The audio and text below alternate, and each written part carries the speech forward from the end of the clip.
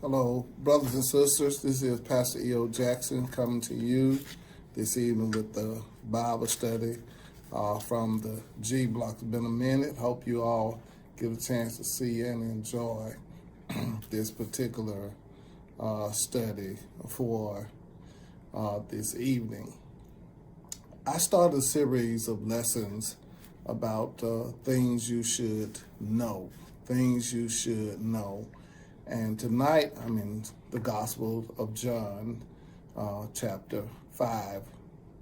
John chapter 5. And I want to walk around through that and share some thoughts with you in John chapter 5 about this particular incident. John chapter 5, there's an amazing story there in the first few verses where Jesus comes to a pool, and at that pool of Bethesda he finds all of these people who have been inflicted by life, and they are meant to show us just what life can do to you and as a result of sin and so forth. And so Jesus is going to set up a situation, because it's when we get down in the latter verses, particularly verse 16, where Jesus is actually after these Pharisees and Sadducees who have set up all of these rules. So Jesus encounters this man. He says to this man to take up your bed and walk. And the man does exactly what Jesus tells him according to the gospel account. Stay with me. And I want to walk you through what happens, because these Pharisees, they're going to raise an indictment against Jesus, and we're going to see just how Jesus causes them to be played into his hands. I like this because, man, I preach from John 5 so much, and I think maybe sometimes in our researching these passages we may overlook the obvious. Jesus says to the man, on the Sabbath day, take up your bed and walk. And the man does what Jesus commands him to do. And what happens is, after he has obeyed Jesus, according to verse number 16 is where I want to pick up. And therefore did the Jews persecute Jesus and sought to slay him, because he had done these things on the Sabbath. Now, some of you Bible scholars will know that this verse 16 is in the imperfect tense. In other words, Jesus kept on doing things. It's an ongoing action. He kept on doing things, and they kept on getting after him, because he has told this man to take up his bed on the Sabbath. Now, remember what we're taught in the Ten Commandments, remember the Sabbath day and keep it holy and all of that, and how God in 7 days, God made everything, but on the seventh day he rested. The Sabbath means cessation. It's a day to rest. But stick a pin there. It was a day for us to rest, but it wasn't a day for God to rest. He kept on being God, even though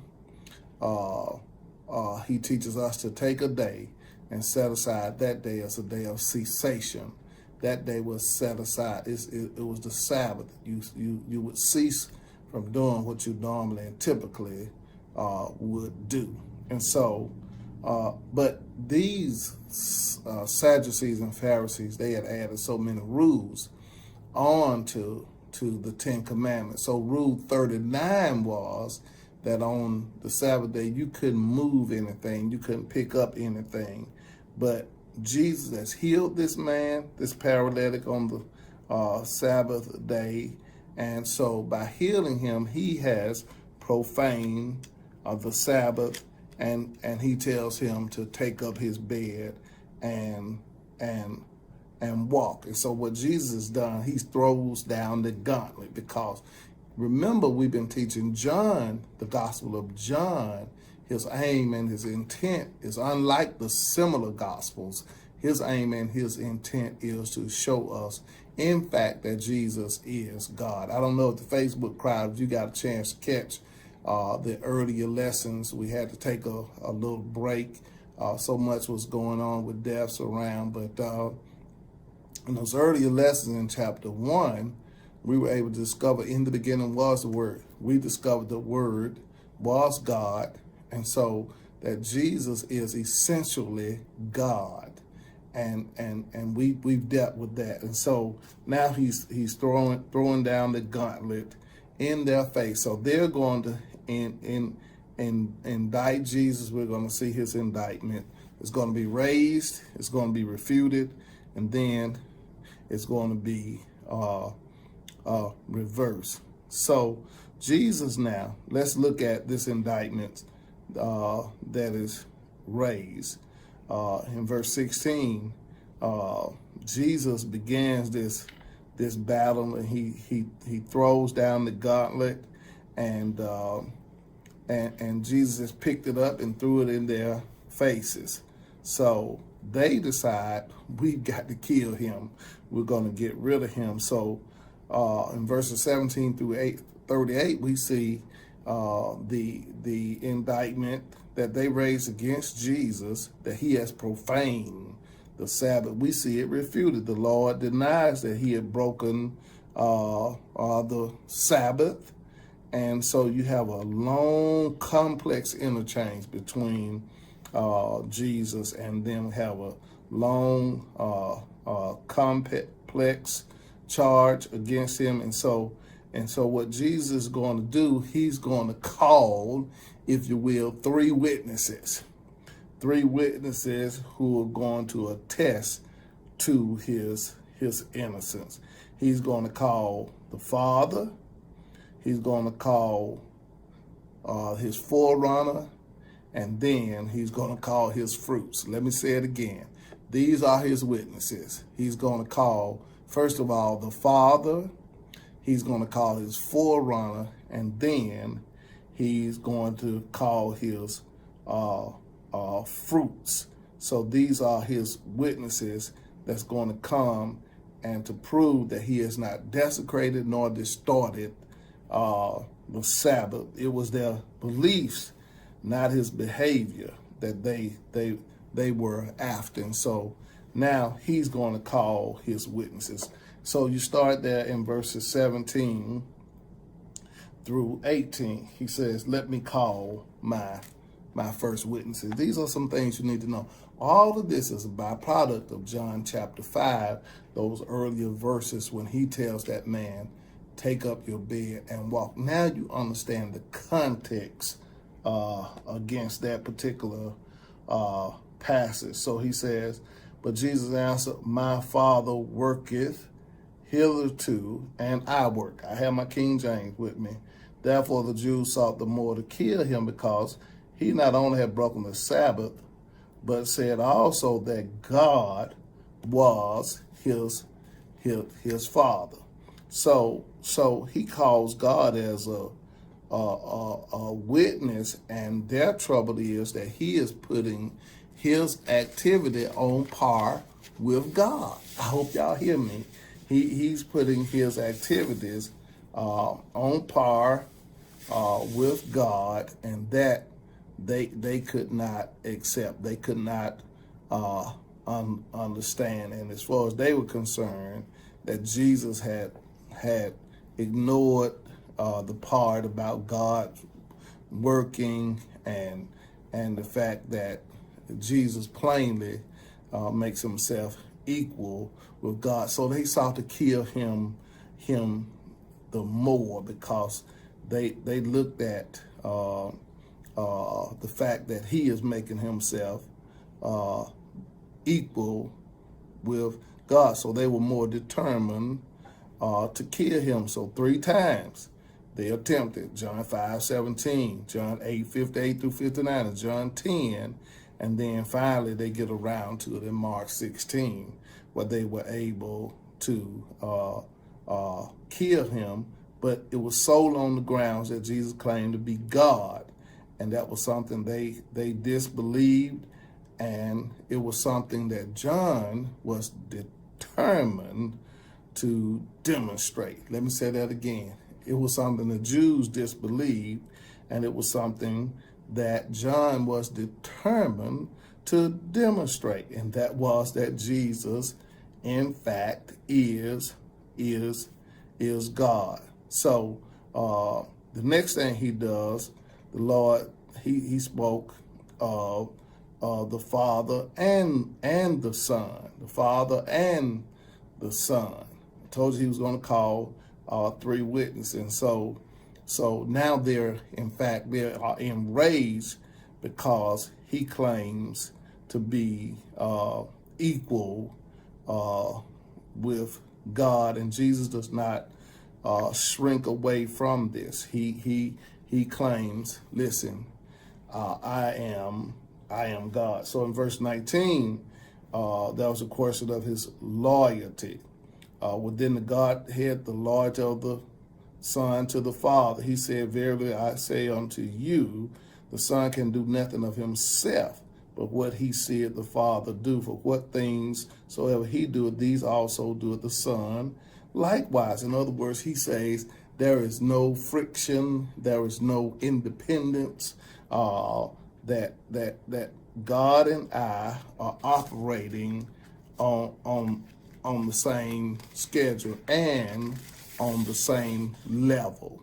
So make sure you stay with us. So he keeps that in mind. So he could have put it like this. This is when I made myself a note. He could have said, well, as God, I am never less than God. So I as a man am never anything more than man. He was here to make all that he was a man available to all that the Father was God. So he makes this awesome claim that we want to keep working through. So he makes the claim that and he calls the Father to witness for him, and so he keeps on going, and he keeps on pressing the point that he had the right to act on the gospel. I mean, on the Sabbath, that he had a right to do what he was doing on the Sabbath. So you work through these texts. So he says that he calls the Father as a witness, and then he calls the forerunner. He calls John as a witness, and then lastly he brings his fruit. So there you have those three things that I want you to focus on. He has called the Father. He is called the forerunner in this text, and then he has called attention to his fruits. So all of this, chapter 5, and I want you to stay with me. Chapter 5 is all about Jesus is bringing these Pharisees into understanding who he really is, because that's ultimately what John is after, and he's going to make sure that they understand, in fact, who he was, that he had authority, and that he was co-equal, and he coexisted with God, and that he has been given absolute authority in the matter of judgment. So I want you to keep that in mind. That's the context of what we're going to be dealing with in this lesson. So in chapter 5, this man at this pool, Jesus heals him so that he can call to the carpet these scribes and these Pharisees, so that they can make an indictment against Jesus, and they can get to the place where they feel that Jesus is way out of line when he makes this claim that I and the Father are one. And so he calls these witnesses. I want you to read this. He calls the Father. It's his first witness.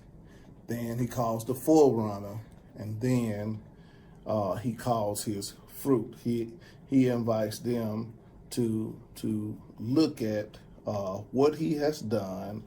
And look at verse 24. Very, very, I say unto you, he that heareth my word and believeth on him that sent me hath everlasting life, and shall not come into condemnation, but is passed from death unto life. All of these deals with judgment, and that's what I want to deal with in this next series of lessons. But I want to lay the foundation so we can get to Jesus's authority. So here in chapter 5, this man, again, at the pool, and it's all about the Sabbath, because it's here, keep in mind, the Gospel of John is where Jesus endeavors through John's writing to get people to understand that he is God. And so sometime to get people to understand that, we see a ruffling of feathers. And so Jesus ruffles the feathers of those who have added all these additional rules onto the Decalogue. That's the 10 Commandments. They have added additional rules and laws onto what God had intended for man to be governed by. So Jesus is going to confront them on the Sabbath. He says that, now, look, he could have told that man, do it on another day, take it up some other time. But Jesus said to the man, he healed the man on the Sabbath, and he told him to take up his bed on the Sabbath. And guess what? The man did it. And so they raised charges against Jesus, and they railed against Jesus. And Jesus refutes those charges by calling some witnesses to the stand. He calls the Father, he calls the forerunner, and then ultimately he calls his fruits to the stand. And so Jesus is refuting this charge that he had no right to act as he did on the Sabbath, and he's calling his father. He's calling his father to the stand to make sure that his father defends him. So now he talks about the Father and the sepulcher, and he's going to deal with all the issues that man face. Not as more relevant and more pressing, more terrifying than the issues of death. So in verses 25, he starts to draw his attention to these two resurrections, so that Jesus talks about. He says the first, the triumph of the Son of God, and then he moves. He has been given the sole right, according to verse 22, to judge the world, and then his name is changed from the Son of God to the Son of Man. You see that in verse number 27. And so the Lord is not going to judge mankind as a God, but as a man. And so as the one who has entered into human life, who has experienced the joys, the sorrows, the hopes, the fears, the trials, temptation, everything we've been through, Jesus has been here. He knows all about it, and he understands that judgment is coming. And so what I want to do in the next lesson is going to deal with these, what Jesus further uses to defend himself, these resurrections and things of that nature, these judgments that's going to come, because I think a lot of people are confused. So I've kind of laid the foundation out here, because keep in mind, there are things that you should know. And we want to leave tonight knowing that Jesus is God, that he has set before us, this very fact. He has the right to do things on the Sabbath, even though he could have told the man do it some other day. But he had the right because the Gospel of John helps us to know and understand who he is. So he takes the fight to them. And so let's see, as Jesus continues, as they have indicted him, let's see how this lesson progresses and see how Jesus continues to defend himself, because he's going to get them to the point that they acknowledge and accept the fact that he is God. So that's the foundation. For tonight. And then you can always catch us on the conference call during the day and everything. So we have a little bit more time to spend on that, but we want to kind of keep you abreast. So I want to give you the foundation of this lesson tonight. Things that you should know. John chapter 5. Jesus does have a right to operate on the Sabbath. Keep in mind, God rested on the Sabbath. He invites us to rest, but he does not stop working on the Sabbath. Amen. We better thank God for that. So God bless you all, and we'll look forward now to the next lesson. And I promise y'all it's going to get more interesting, and we'll be able to pull all of this stuff together that we're working on in this lesson. All right, listen, be blessed. Come on back next time, and we'll be able to open up the word more and more so that you can understand why Jesus tells this man to take up his bed on the Sabbath. It'll all begin to make more sense. Now, you can't get one lesson and think that you can follow along. Jump in here, stay in with us, and see where we're headed with this lesson. So we're in the Gospel of John. I'm going to spend a little bit more time there next time, and then we're going to bleed on over into chapter 6 on things that you should know. God bless you now. This is Pastor E.O. Jackson. I'm looking forward to seeing you next time. Till then, be blessed and be safe.